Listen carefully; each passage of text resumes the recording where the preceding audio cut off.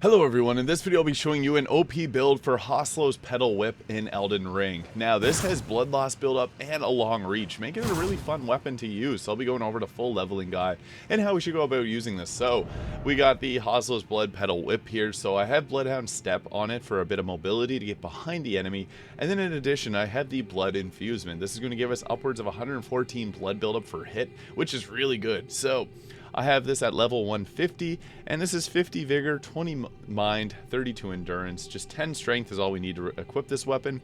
I also have 35 dexterity. This is just where we put the rest of the stats. Now, if you need a stat to decrease if you're a lower level, you can just have a lower dexterity. Just 20 is all you need, and then the rest of the points are all in arcane. 15 faith allows us to cast a few incantations that'll buff our damage and give us some extra little utility, but we want to have an endurance level that we can have at least 58 poise, or 56 poise here. 51 to 56 is kind of where you want to be, and medium rolls.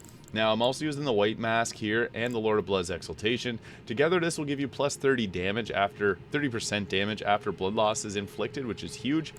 And we can also go with the Raptor's black feathers. This isn't required, you can go with a different outfit. Whatever gives you the poise that you want to, at least 56 poise there. We can also swap this talisman out, but you can use double whips and do jump attacks. If not, I would recommend going with the Millicent's prosthesis is a nice one to increase the dexterity, and it also will stack with the Rotten Wing Sword insignia, so you can go with both of these here if you'd like. Or really whatever one you find works well with your build, like the Crusade insignia from the DLC works pretty well on builds that are doing more of a, like the beginning, like exploring part of the game.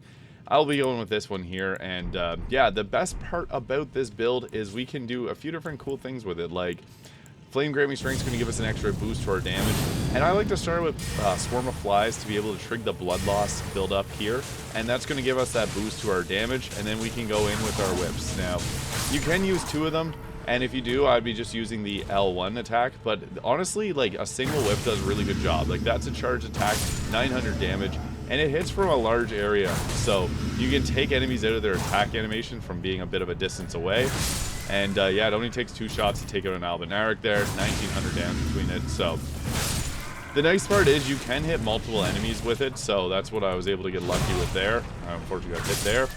I would recommend using your quick attacks for the most part, unless you're able to get a charged one off. The best time to use a charge attack is actually whenever you're behind the enemy. So if you use Bloodhound Step to get behind and then you go for the charge attack there, that is a pretty good way of going about doing it. And then you can follow it up with a couple quick attacks.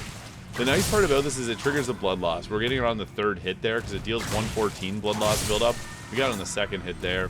That's honestly really, really good. So I'd recommend starting obviously with the Swarm of Flies, and then Flame Graving Strength gives us a nice boost to our damage.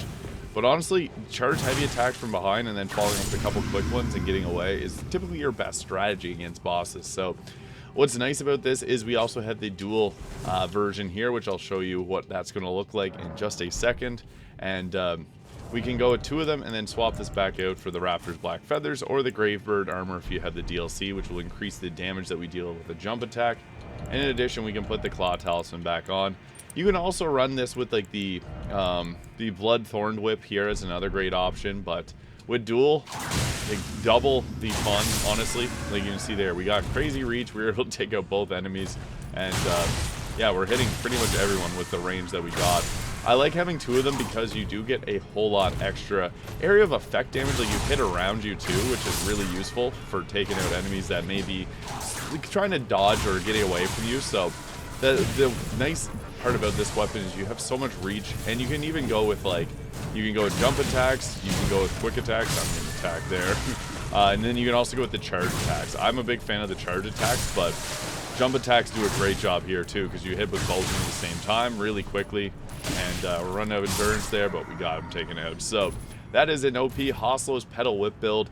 As you're leveling, if you go higher in the levels, you can take up things like your mind to give yourself a bit more FP. However, it'd be best to increase your faith and start to use a bit of incantations, because you don't have, outside of just using the Petal Whip, you could use other damaging incantations, but that is it. That is a HOSLOW'S Petal Whip build in Elden Ring. If you found this video useful, please hit the subscribe button below. Thank you so much for watching, and I'll see you all in the next video.